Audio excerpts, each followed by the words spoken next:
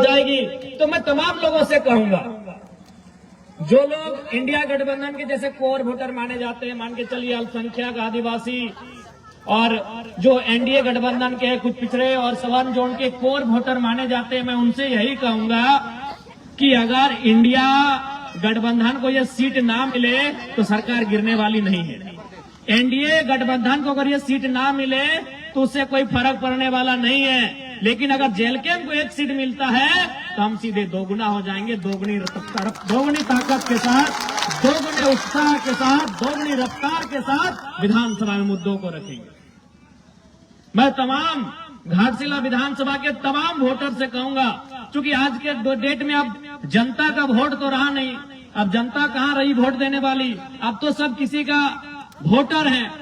अब पहले चुनाव होता था कि जनता वोट करती थी कि 5 साल में किसी को बदलने की जरूरत करती थी, कोई अगर गलत काम करे तो उसे हराने का काम करती थी। लेकिन अब जनता क्या हो गई कि किसी पार्टी विशेष का वो आइडियोलॉजी में ढल चुकी है कि भाई वो उसके कैंडिडेट, अगर कोई इस पार्टी का कैंडिडेट आ जाए वो अच्छा है बुरा है, उसमें कोई भी रहे, क्योंकि हम देश में देख रहे हैं मोदी जी को, हम तो उसी को दे देंगे वोट, या हम देख रहे हैं हेमंत सोरेन जी को, उनके सिंबल से कोई भी आएगा हम उसको वोट कर देंगे। पहले होता था कि लोग इतना सोचते थे कि भाई 5 साल ये प्रत्याशी हमारे गांव में नहीं आया, जीतने के बाद हमसे नहीं मिला, इसने हमारे मुद्दों को उठाया नहीं, इस बार इसको हराएंगे। लेकिन अब जनता तो ऐसी रही नहीं, वो अच्छा है बुरा है, वो एनडीए से है तो एनडीए का एक वोट है, एनडीए का एक माइंडसेट है कि भाई ये समाज के लोग, मैं किसी समाज का नाम नहीं लेना चाहता हूं क्योंकि मुझे किसी से आपत्ति मैंने, तो एक माइंडसेट बन गया कि फलाना समाज ओबीसी का फलना वर्ग,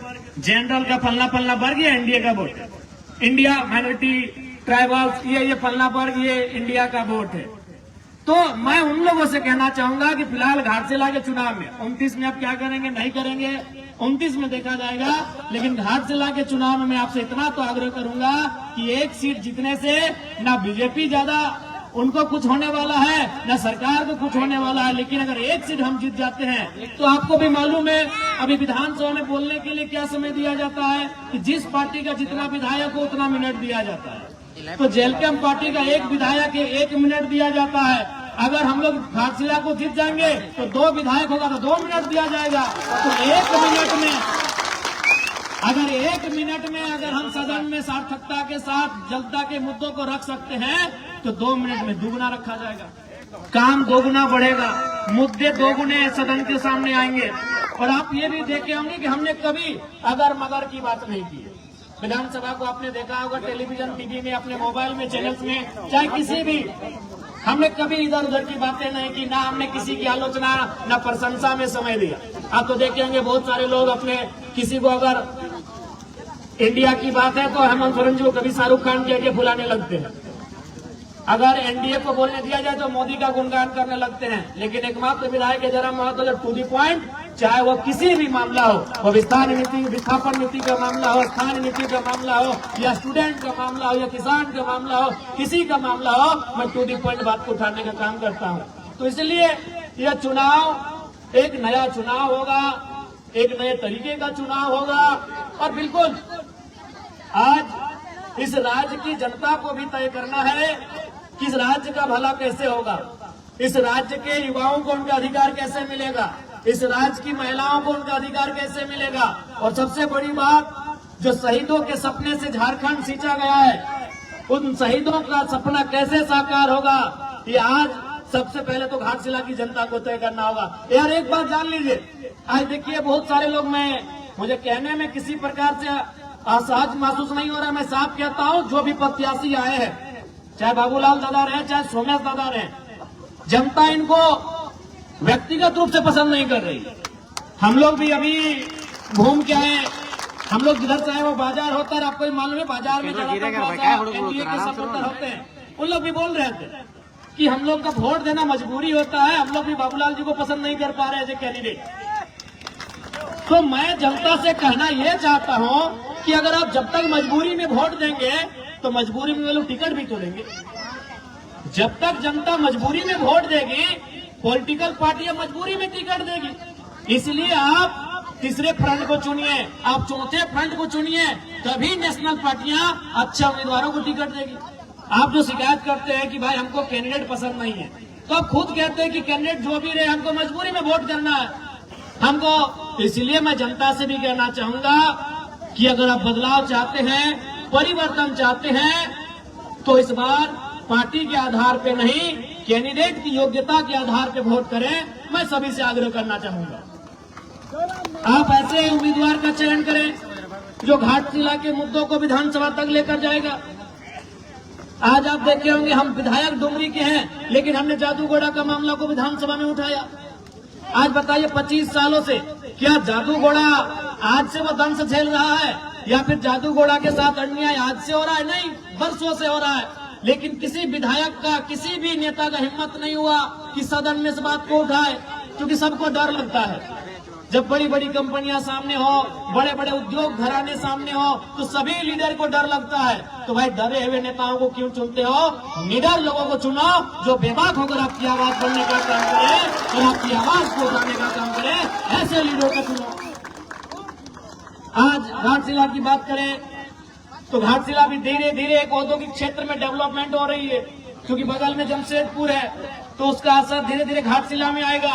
घाटशिला में नए उद्योग आएंगे, जमीनों का अधिग्रहण होगा, जबरन जमीन लिया जाएगा। अभी आपका हिंदुस्तान कॉपर लिमिटेड है, आप लगातार वहां आंदोलन किया जा रहा है, कंपनी जमीन छोड़ने को तैयार नहीं है। जब आपका काम बंद है तो जमीन छोड़ देना चाहिए, जमीन रहतों को वापस होना चाहिए। तो ये मुद्दे सदन तक कौन उठाएगा? क्योंकि आपको भी मालूम है, आप भी जानते हैं, इस चुनाव के बाद परिणाम चाहे कुछ भी रहे, XYZ कोई भी जीते, जीतने वाला भी आपका जमशेदपुर में बैठेगा और हारने वाला भी आपका जमशेदपुर में बैठेगा। अगर जो भी इस चुनाव को अगर वे लोग जीतते हैं, तो जो जीत के जाएगा वो भी जमशेदपुर के आवास में रहेगा, और जो हार के जाएगा वो भी जमशेदपुर के आवास में रहेगा। आपके साथ, आपके दुख में, आपके दर्द में, आपके पीड़ा में कौन रहेगा, ये घाटशिला की जनता को तय करना है। और हमें लगता है रामदास मुर्मू जी से बेहतर कोई कैंडिडेट नहीं है जो आपके साथ खड़ा रहे। आपके साथ कौन लड़ेगा? आपके साथ धरने में कौन बैठेगा? आपके साथ कोई समस्या होगी तो कौन खड़ा होगा? आज आप देखिए, जब से जेल कैंप पार्टी का उदय हुआ है, जब भी किसी को अगर तो थोड़ा मैंने चोट भी लगता है, एक मामूली चोट लगता है, तो सबसे पहले जेल कैंप को याद किया जाता है। और हम लोग रात 2 बजे 3 बजे तक धरना में जाके बैठते हैं, जब तक उसको न्याय नहीं मिले। अरे राज्य में तो छोड़िए, हम लोग प्रदेश भी जाते हैं। हमारे पार्टी के लोग मजदूरों की बात को अगर देखा जाए, न्याय दिलाने के लिए हम लोग राजस्थान, उड़ीसा तक जाते हैं। तो ये भी आपको तय करना है, बड़ी पार्टियां, चूंकि बड़ा लेवल है उनका, बड़ी पार्टियां हैं, वो आपके बीच चुनाव में आएंगी। हमेशा अगर आपके बीच कोई है तो जेल कैंप खड़ा है। इसलिए मैं जनता जनार्दन से आग्रह करूंगा, जो लोग यहाँ तक नहीं भी आए हैं, चूंकि दीपावली का दिन चल रहा है, हम लोग इस बात को समझ रहे हैं कि लोग पर्व त्योहार है, लेकिन जो लोग घरों में भी बैठे हुए हैं, मैं उनको स्पष्ट कहूंगा, इस बार वोट बदलाव के लिए करिए। बदलाव का होना बहुत जरूरी है। अगर बदलाव नहीं होगा तो राजनीति कुछ परिवारों तक सीमित रह जाएगा। फिर और यहाँ आप सोचिए ना, यही आप सोचिए चंपई चचा, क्योंकि मान के चले सोम्या जी के पिताजी का देहांत हुआ है, तो उस पर हम थोड़ा सा रहने देते हैं। हम चंपई चचा का उदाहरण लेते हैं। चंपई चचा मुख्यमंत्री रह चुके हैं, कई बार मंत्री रह चुके हैं, रहे कि नहीं, लेकिन फिर भी उनको याद है कि बाबूलाल सोरेन को सेट कर दिया जाए। चंपई चचा मुख्यमंत्री रह चुके हैं, मंत्री रह चुके हैं, कई बार विधायक रह चुके हैं, फिर भी उनको बुढ़ापे में चिंता है, जबकि उनके पास अरबों की संपत्ति है। अगर आज के दिन से चंपई चाचा बिस्तर में बैठ जाए ना, बेड में बैठ जाए, घर में खटिया में बैठ जाए, तो उनकी 5 पुश्ते आराम से बैठ के खाएंगी। आज भी अगर चंपई चाचा कुछ ना करें, चंपई चाचा अगर कुछ ना करे, तो उनकी हमें लगता है कम से कम, ज्यादा तो हो, बहुत ज्यादा होगा, 5 पुश्ते यानी 5 पीढ़ियां बैठ के खाएंगी। फिर भी उनको चिंता है कि बाबूलाल सोरेन को विधायक कैसे बनाना है। बगल में रघुवर दास जी हैं, मुख्यमंत्री रह चुके हैं, गवर्नर रह चुके हैं, कई बार वो भी मंत्री रह चुके हैं। हमको लगता है 5-6 बार विधानसभा भी जा चुके हैं, यानी विधायक बन चुके हैं। फिर भी उनको चिंता है कि अपनी पुतोहू को टिकट देके विधायक बना दिए, जबकि आपको भी मालूम है वो 5-10 पीढ़ी बैठ के खाएंगे। लेकिन रघुवर चचा को भी चिंता है कि हमारी पुतोहू विधायक कैसे बने। यही आपके अर्जुन मुंडा जी, हमारे इस राज्य के और एक मुख्यमंत्री बहुत नामी चेहरे केंद्र में भी मंत्री रह चुके हैं, उनको भी चिंता आई कि अपनी पत्नी को इस बार टिकट दिला दे, पॉडकास्ट उनकी पत्नी लड़ी। तो ये अब जनता को तय करना है कि जो मुख्यमंत्री रहा है उसको अपने बच्चों की चिंता है, उसे अपने बेटे की, पुतों की, पत्नी की चिंता है, तो जनता अपने बच्चों की चिंता करती है नहीं करती है ये आप पे डिपेंड करता है।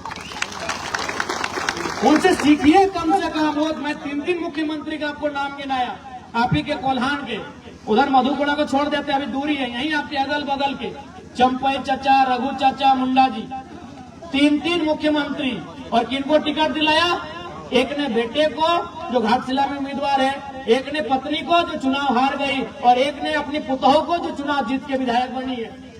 अरे जिनके पास अरबों की संपत्ति है, लाख और करोड़ तो छोड़िए, अरबों की, जिनकी संपत्ति अनुमानित अरबों की है, आज वे लोग चिंता कर रहे हैं मेरा बेटा कैसे विधायक बने, मेरी बहू कैसे विधायक बने, मेरी पत्नी कैसे विधायक बने। तो आज जनता को भी सोचना होगा कि जनता की आवाज कौन बनेगा, जनता के लड़ेगा कौन, जनता के बच्चों के भविष्य की आवाज कौन बनेगा, उनके शिक्षा, स्वास्थ्य, रोजगार पे बात कौन करेगा, उसके लिए उनको वोट करना है, ये जनता को समझना होगा। और नहीं तो फिर इसी प्रकार ये राजनेता इस राजनीति को हमसे दूर लेके चले जाएंगे। जब भारत देश में वोट देने की तारीख की शुरुआत हो रही थी, जब भारत देश में वोट देने का नियम बन रहा था, तो देश के संविधान निर्माताओं के प्रमुख डॉक्टर भीमराव अम्बेडकर जी ने कहा था कि आज के बाद से इस देश में राजा रानी के पेट से नहीं, मतपेटी से निकलेगा। लेकिन जनता ने उस पैटर्न को तोड़ दिया है। आज फिर आप राजा के घर में राजा चुनने लगे हैं। अरे राजा के घर में राजा ना चुना जाए, इसीलिए तो वोट का अधिकार मिला है आपको कि राजा की पत्नी को रानी ना बनाया जाए, राजा के बेटे का राज्याभिषेक ना किया जाए, इसीलिए वोट मिला है कि एक गरीब किसान को आप राजा बना सके। और आप फिर अगर उस वोट का इस्तेमाल उसी राजा परिवार को बनाने में करेंगे, तो 1950 में जो हमारी स्थिति थी और आज 2025 में जो हमारी स्थिति है, क्या अंतर रहा? ये वोट का अधिकार क्यों मिला? ये वोट का अधिकार इसीलिए मिला था कि राजा के घर में राजा नहीं होगा, राजा के घर में रानी नहीं होगी। एक साधारण सा पढ़ा लिखा नौजवान, चाहे वो किसान का बेटा रहे, वह दलित का बेटा रहे, वह आदिवासी का बेटा रहे, वह किसी मजदूर का बेटा क्यों ना रहे, अगर उसमें टैलेंट होगा, वो हकदार होगा, वो जनता के बीच से चुन के जाएगा। इसलिए वोट की व्यवस्था आई। लेकिन हम और आप तो फिर उस व्यवस्था को दरकिनार कर रहे हैं। तो अगर आज 2025 में अगर हम लोग फिर उस व्यवस्था को दरकिनार करते हुए राजा के घर में राजा के बेटों को विधायक सांसद चुनेंगे, तो याद रखिएगा 2050 आते आते फिर से आपको आभास होगा कि हम नाम के लोकतंत्र में असल में राजतंत्र का हिस्सा बन के रह गए। आपको उस समय फिर एहसास होगा कि अंग्रेज चले गए, लेकिन उनकी ईस्ट इंडिया कंपनी आज HCL कंपनी का रूप धारण कर चुकी है। आज टाटा, टिस्को, टेल्को के रूप में काम कर रही है। क्योंकि आपने फिर से वही परिपाटी को दोहराया, आपने फिर से वही पैटर्न को दोहराया कि राजा के घर में ही जो होगा देखा जाएगा। तो फिर जनता का सुनेगा कौन, जनता की पूछेगा कौन? आप ईमानदारी से बताइए, घाटशिला में अगर कोई भी जरूरत पड़ा, घाटशिला में अगर कोई भी दुख पड़ा, तो क्या वे लोग आपके बीच आकर इस प्रकार जमीन में बैठेंगे? क्या आपके साथ धूल कण में बैठकर आपके लिए आंदोलन करेंगे? क्या आपके साथ सड़क में बैठकर आपकी आवाज को बुलंद करेंगे? नहीं करेंगे। वो साहस अगर किसी में है तो केवल और केवल जेल कैंप पार्टी में है। इसलिए हमारे प्रत्याशी श्री रामदास मुर्मू जी को विजयी बनावे। अभी देखिए, चंपई चाचा सुन रहे थे, कहीं आके भाषणबाजी कर रहे थे कि नगरी में हम ये कर दिए। आप भी जानते हैं नगरी में कुछ किए, सबको उसका लिए। नगरी वाला याद होगा आपको, रिम्स टू जमीन का मामला, सभी आदिवासी लोग को उसका लिए। आदिवासी लोग लोहरदगा से आए, खूंटी से आए, लातेहार से आए, सिमडेगा से आए, गुमला से आए, रामगढ़ से आए, सिल्ली से आए, और पता चला चंपई चाचा ये नहीं हुआ। कौन था? सुबह देवेंद्र नाथ महतो थे और शाम को जयराम महतो थे। वो हाल जोड़ने का काम कौन किए? हमारे पार्टी के देवेंद्र बाबू किए कि नहीं? चंपई चाचा डर से अंदर में थे, और उनका बेटा का बोली आप सुने होंगे, बाबूलाल भैया का।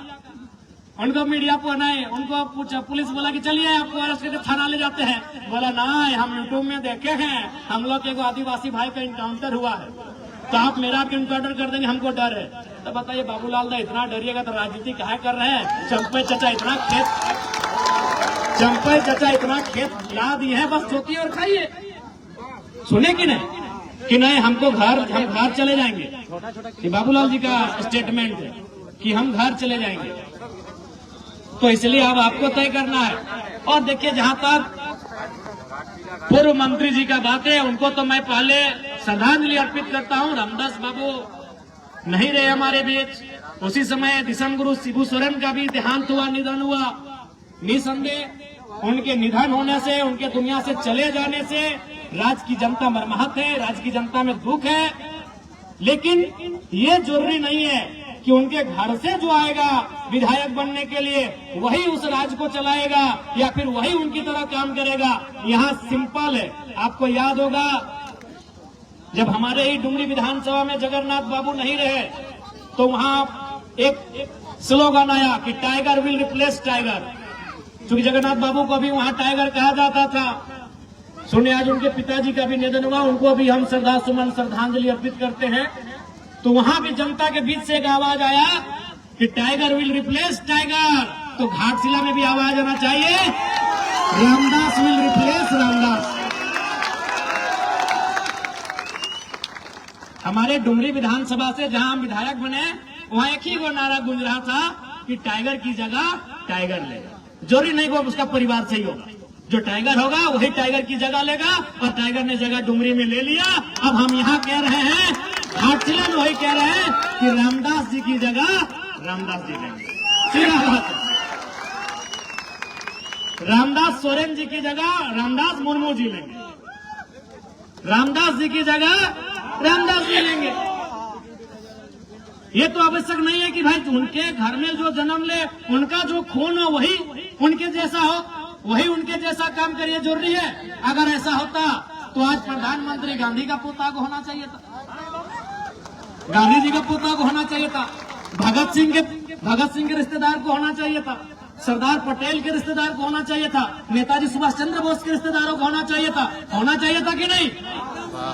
अब गांधी जी अगर 1942 में आधे कपड़ों का आधा कपड़ा पहन के आंदोलन किए हैं और अगर आज वोट टाइम आके कहेगा कि हमारे पूर्वज महात्मा गांधी जी उस समय ऐसा किए हैं, तो भाई आज का समय अलग है, उस समय अलग थे। गांधी पूरे देश के थे, अपने परिवार के नहीं थे। क्या रामदास बाबू अपने परिवार के थे? नहीं, वो झारखंड के माफ कीजिएगा मंत्री थे। रामदास बाबू जब झारखंड के मंत्री थे तो झारखंड का कोई बेटा उनकी जगह लेगा, उनका ही परिवार क्यों लेगा? और हमको आज तक समझ में नहीं आया भाई, सहानुभूति क्या है? इस सहानुभूति राजनीति में क्यों?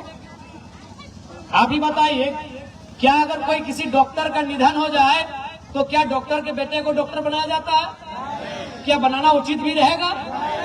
अगर किसी डॉक्टर का बिना समय से पहले अगर निधन हो जाता है तो क्या डॉक्टर के बेटे को डॉक्टर हम बनाएंगे? क्या टीचर का निधन होने पर टीचर के बेटे को टीचर बनाएंगे? क्या एसपी का बेटा बनता है? तो ये कौन सा पैटर्न है भाई कि विधायक का बेटा विधायक बने, सांसद का बेटा सांसद बने, मंत्री का बेटा मंत्री बने? आखिर ये कौन सा पैटर्न है? जबकि एक एसपी से महत्वपूर्ण एक एमएलए होता है, एक डॉक्टर से महत्वपूर्ण एक एमएलए होता है, एक टीचर से महत्वपूर्ण एक एमएलए होता है, क्योंकि डॉक्टर, टीचर और एसपी का फैसला करने वाला एक एमएलए होता है। वो विधायिका का अंग होता है, वो सरकार का अंग होता है। वो फैसला करेगा कि आपके स्कूल में टीचर कितने होंगे, वो फैसला करेगा कि आपके जो हॉस्पिटल उसमें दवा का दाम क्या होगा, वो फैसला करेगा कि आपका यहाँ आईएएस का कौन यहाँ नया तबादला हो के आएगा। तो जो फैसला करता है, जो नियम बनाता है, जो इस राज्य को चलाता है, वहाँ सहानुभूति क्यों? हम सहानुभूति रखते हैं? जिन्होंने अपने परिवार में किसी को खोया है, हम सहानुभूति रखते हैं। सहानुभूति का मतलब उसके दुख में खड़ा होना। सहानुभूति का मतलब होता है उस परिवार के दुख में खड़ा होना। हम लोग दुख में खड़े हैं, अगर उस परिवार को कुछ घटेगा हम लोग देंगे। विधायक बना देना, ये कौन सा सहानुभूति है भाई? जब हम डॉक्टर के निधन पे डॉक्टर के बेटे को रिप्लेस नहीं करते हैं, जब वकील के निधन पर वकील के बेटे को वकील बना के रिप्लेस नहीं करते हैं, तो आखिर देश में ये सहानुभूति कब तक चले?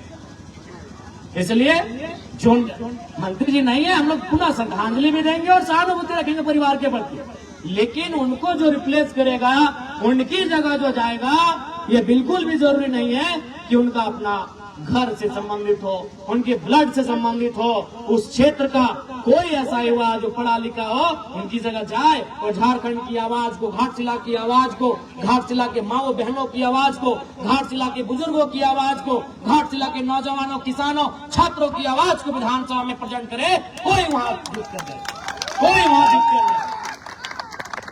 इसलिए इस बार घाटशिला के उपचुनाव में रामदास मुर्मू जी जो हमारे पार्टी के प्रत्याशी हैं, आप सभी से आग्रह है एक मौका दिया जाए, क्योंकि अब पढ़े लिखे नौजवानों की राजनीति में आने की दरकार है। आप भी जानते हैं रामदास मुर्मू जी यही ठीक बगल में RDM नामक एक कोचिंग क्लास चला रहे हैं, पढ़े लिखे नौजवान हैं और आपके बीच से आते हैं। तो अगर आपके बीच से आएंगे तो आपके बीच की बात को वहां लेके जाएंगे। आज देखिए, आप मेरा ही उदाहरण लीजिए, आज 1 साल होने वाला है, लेकिन आज भी मेरे घर की स्थिति वही है जो 1 साल पहले थी।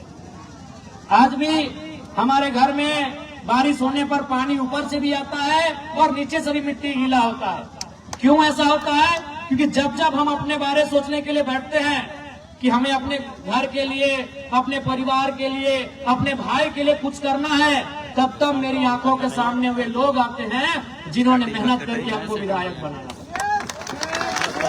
तब तब मेरी आंखों के सामने वे लोग आते हैं जिन्होंने वह लोकसभा का चुनाव मई जून की गर्मी, घर घर जाकर चंदा लेकर, घर घर जाकर चावल सब्जी मांगकर, उस पैसे से जो अपनी गाड़ियों में तेल भरे हैं, उस पैसे से हमारा प्रचार किए हैं। तो जब जब हम अपने बारे सोचने बैठते हैं तब तब वो मंजर हमारे आंखों के सामने आता है।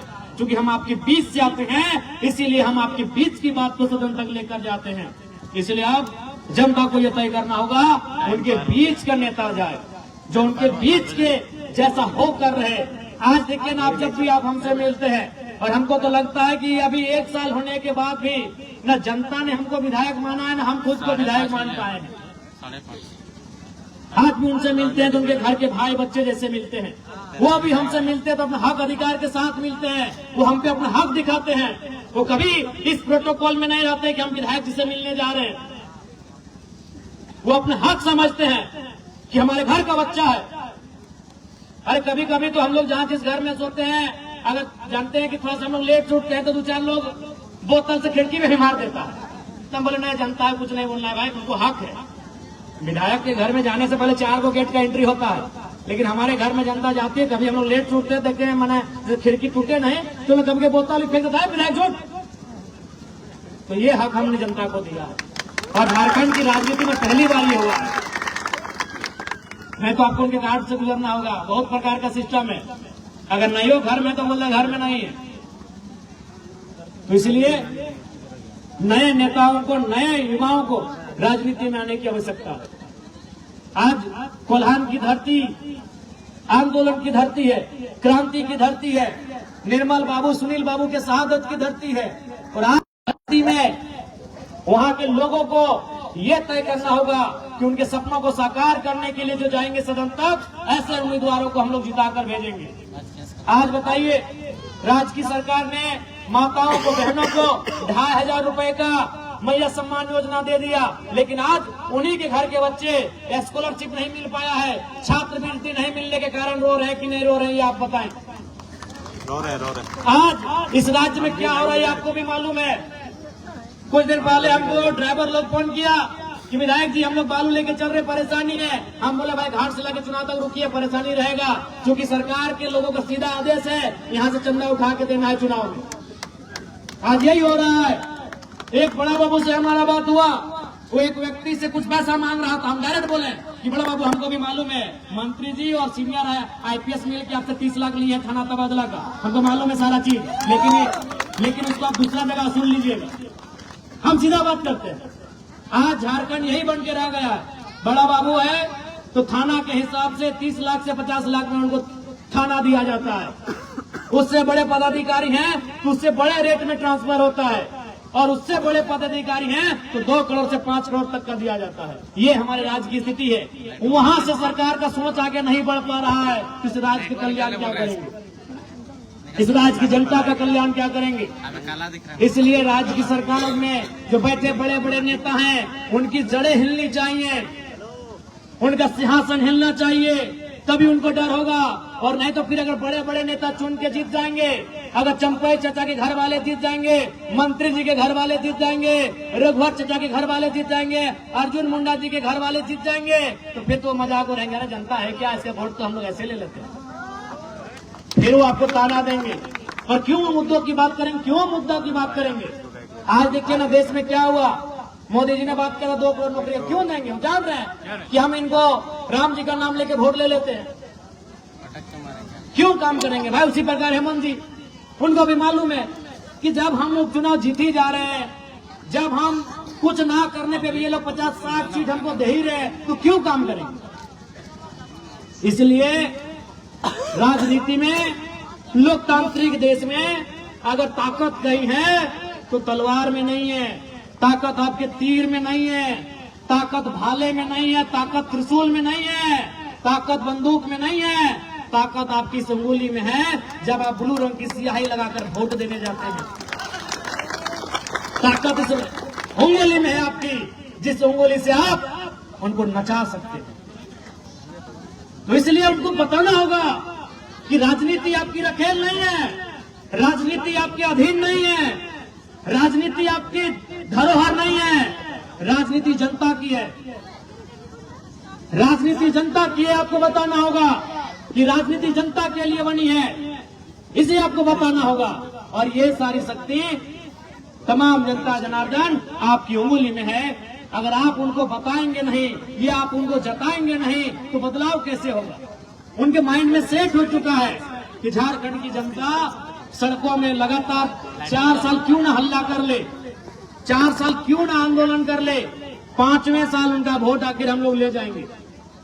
5वें साल उनको फिर डर दिखाकर, 5वें साल उनको समीकरण का डर दिखाकर, बिना विकास किए, बिना मुद्दों के हम वोट लेकर जाएंगे। क्यों? इस पैटर्न को तोड़ना होगा, उनकी सोच को तोड़ना होगा, तभी बदलाव होगा। और एक बात याद रखिए, आज फिर कहेंगे पढ़े लिखे नौजवानों को राजनीति में आना चाहिए। अगर आज हमारा देश हिंदुस्तान आजाद हुआ तो पढ़े लिखे लोगों का बहुत बड़ा योगदान है। गांधी कौन थे? बैरिस्टर थे। पंडित नेहरू कौन थे? बैरिस्टर थे। सरदार वल्लभ भाई पटेल कौन थे? बैरिस्टर थे। नेताजी सुभाष चंद्र बोस कौन थे? इंडियन सिविल सर्विस के एस्पिरेंट थे। हमें लगता है पास भी कर गए थे। जो आज यूपीएससी कहते हैं, उस समय आईसीएस कहते थे, इंडियन सिविल सर्विस। चूंकि आचार संहिता का समय है, अभी हम लोग का पूरा 1 महीना कार्यक्रम होगा। बस इतना ही कहेंगे कि इस बार बदलाव को वोट करिए। 1 सीट मत देखिए, 1 सीट, एक अकेला जयराम महतो आज विधानसभा में क्या कर रहे हैं आप देख रहे हैं। एक अकेला जयराम महतो जनता को कितनी ताकत दिया है आप देख रहे हैं कि आज हर कोई अधिकारी से आंख मिला के बात कर रहा है, हर कोई मुद्दे की बात कर रहा है, डर नहीं रहा है। तो 1 सीट हमारे लिए 100 सीटों के बराबर है। आप दीजिए, हमारी ताकत दुगना होगी, मुद्दे दोगुना उठेंगे, सदन के पटल पर उठेंगे। इसलिए चूंकि आचार संहिता है, समय का अभाव है, तमाम माताओं बहनों को विशेषकर धन्यवाद देते हुए, तमाम माताओं बहनों को धन्यवाद देते हुए और उनसे अनुरोध करते हुए कि इस बार आप बदलाव करेंगे। मैं तमाम नौजवानों से कहूंगा कि घाट सिला के घाट में आप इतने चारों तरफ फैल जाए, घाट सिला के घाट में आप इतने फैल जाए, इस बार जेल के इनको ये सीट उनकी झोली में जाए। मैं सभी से आग्रह करता हूँ। और बिल्कुल इससे पहले जितना भी हमारा वोट है, वो कार्यकर्ताओं का वोट है, बस उसे जनता तक लेकर जाना है। तो हमारे प्रत्याशी रामदास दा है, एक पढ़े लिखे नौजवान है, जिन्होंने मास्टर किया है, जिन्होंने बीएड किया है, जो पढ़े लिखे हैं, चाईबासा यूनिवर्सिटी से पढ़े लिखे नौजवान हैं, एमएससी, तो मास्टर यानी एमएससी एमए दोनों वही हुआ, एमकॉम रहे थे, जो भी रहे, मास्टर यानी ये मास्टर के स्टूडेंट है। ये पढ़े लिखे नौजवान है, आप इनको एक बार सहयोग करें। जब पढ़े लिखे नौजवान सदन में जाएंगे, सदन की सार्थकता दिखेगी, सदन में मुद्दों पे बहस होगी, सदन में समस्याओं को रखा जाएगा और समस्याओं के समाधान पर डिबेट किया जाएगा, चर्चा किया जाएगा, सरकार को घेरा जाएगा, सरकार की जवाबदेही ली जाएगी, सरकार से उत्तर मांगा जाएगा। और आपने देखा हो ऐसी बार जब विस्थापन नीति का बहस था, आप ही के कोल्हान के मंत्री दीपक बिरुवा जी थे, किस प्रकार हमने उत्तर मांगा था। कि मंत्री जी बताइए 5 दिन में कि 150 दिन में? आज बताइए, राज्य की जनता सुन रही है घर में बैठकर कि आप नीति को कब तक बना रहे हैं, 5 दिन कि 150 दिन? ऐसे नहीं मानेंगे, ऐसे नहीं सुनेंगे। तो सरकार को जो घेर सके, सरकार से जो जवाब मांग सके, सरकार से जो डिबेट कर सके और जनता के मुद्दों को उठा सके बिना किसी डर के, बिना किसी लोभ के, बिना किसी लालच के, ऐसे युवाओं को भेजिए। रामदास जी पढ़े लिखे नौजवान हैं और फिर वही कहेंगे घाटशिला के उपचुनाव में Ramdas will replace Ramdas, Ramdas will replace Ramdas. और यही मंत्री जी को यही श्रद्धांजलि होगी। इससे बड़ी श्रद्धांजलि क्या होगी कि उनके नाम का, उनकी कद का ठीक है एक नौजवान, मंत्री जी भी इसी उम्र में होंगे जब पहली बार विधायक बन के गए होंगे, उनकी कद का ठीक है एक नौजवान उनके रास्ते से विधानसभा गया है और मंत्री जी ने जहां काम को छोड़ा है, रामदास मुर्मू जी वहीं से काम को आगे बढ़ाएंगे। बिल्कुल परिवारवाद से राजनीति को दूर करिए, नहीं तो प्रतिभाओं का हनन हो जाएगा, प्रतिभाओं को आत्महत्या करनी होगी। आज प्रतिभा आत्महत्या कर रही कि नहीं कर रही है? आज टैलेंट सुसाइड कर रहे हैं और जो लोग पैरवी वाले हैं वो जिंदगी का मजा ले रहे हैं। इसलिए अगर टैलेंट को किसी का मोहताज ना बनना पड़े, प्रतिभाओं का हनन ना हो, प्रतिभाओं का अतिक्रमण ना हो, इसके लिए प्रतिभाओं को सदन में ले जाने की जरूरत है। परिवार को ही लेकर जाएंगे तो कहीं ना कहीं प्रतिभाओं पर एक गहरा चोट होगा। समय का अभाव है। पुनः मीडिया हाउस के साथ साथ पार्टी के तमाम साथियों को, सभी को जोहार करते हुए घाटशिला की जनता को ये संदेश देंगे, इस बार जब आप वोट करें तो बदलाव के लिए करें, राजनीति की जो परी पार्टी है उस परी पार्टी को तोड़ने के लिए वोट करें। यही मैं आप सभी से आग्रह करूंगा। सभी को जोहार, नमस्कार, आदाब, सलाम, जय झारखंड, जोहार झारखंड। और अभी दीपावली चल रहा है, सोहराय, सबको बहुत बहुत शुभकामनाएं।